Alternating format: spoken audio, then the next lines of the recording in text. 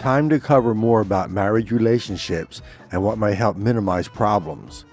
Reflecting on my own parents, who were married for 66 years, there was never a fight that anyone saw, and it would be pretty hard to hide it at home since we had a big family with kids covering a 15-year age span. So for many, many years, there would almost always be one of us kids at home, not yet old enough for school. Further, by the time my father got home from work and we finished dinner, it was too late for any of us to be going out to be with friends, so if there were problems we'd eventually notice. So if there were any disagreements, they weren't handled by yelling matches. I think my parents did things right. While nothing was ever said and no one was ever browbeaten into submission, there was no doubt that my father was head of the family, and also no doubt that my mother was in charge of running the house. They cooperated. Near as I could tell, both were getting what they wanted. One of the things I saw my parents always do is something many years later I've seen advocated for raising good kids. Too many parents, especially the mother, focus too much on the children rather than on each other. I understand it, but it can cause problems. Instead, in our family, when my father got home, the first thing that happened was that he hugged and kissed my mother. Interacting with us kids came after that. It sent a signal that their marriage was the most important thing.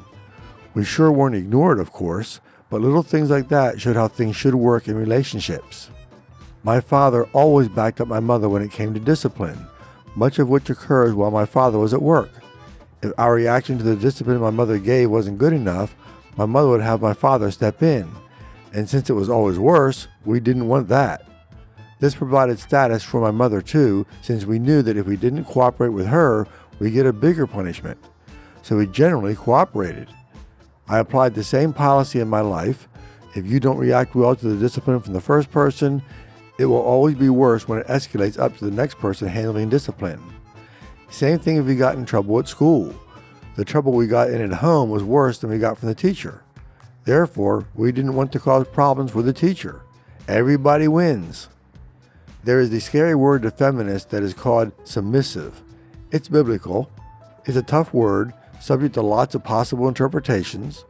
Well, I'd say my mother was submissive in that she recognized my father was head of the house, but she certainly was not weak.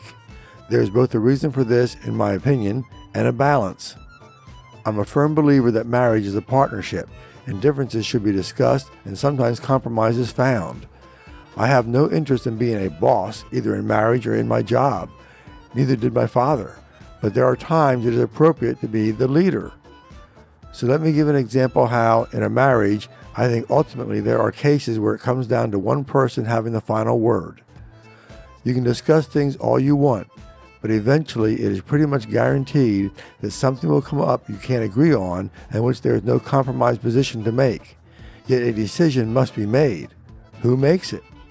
Well, I'm sure some women won't like it, but I think it is the man in a typical situation. I could say it is for biblical reasons, and if they didn't agree on religion, that's a recipe for disaster anyway. But religious basis or not, I think there is another valid reason in the respective nature of men and women. In some ways, it is like status.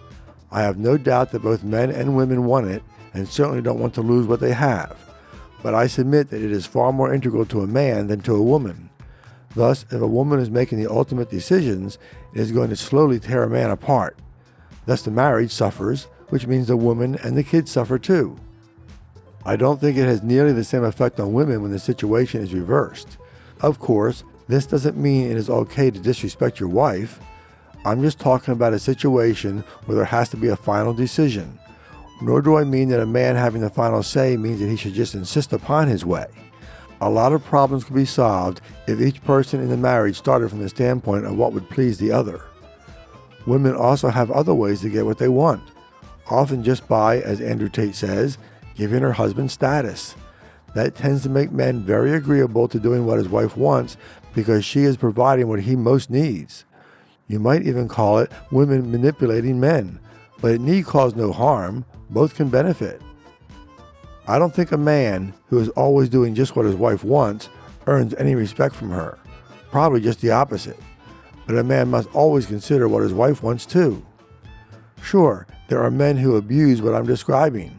I know some of them. The guys who think their wife should be meek and never question anything. The guys who always look to get what is best for themselves, treating their wives as second class. And it doesn't mean that women can't disagree with their husband. As Andrew Tate says, it just shouldn't be done in public. After all, that takes away a man's status, and there isn't a good reason to do it publicly anyway. There is no perfect system, but there are some that work better than others. Just more to think about. Thanks for watching, and don't let the trolls stop you from speaking out.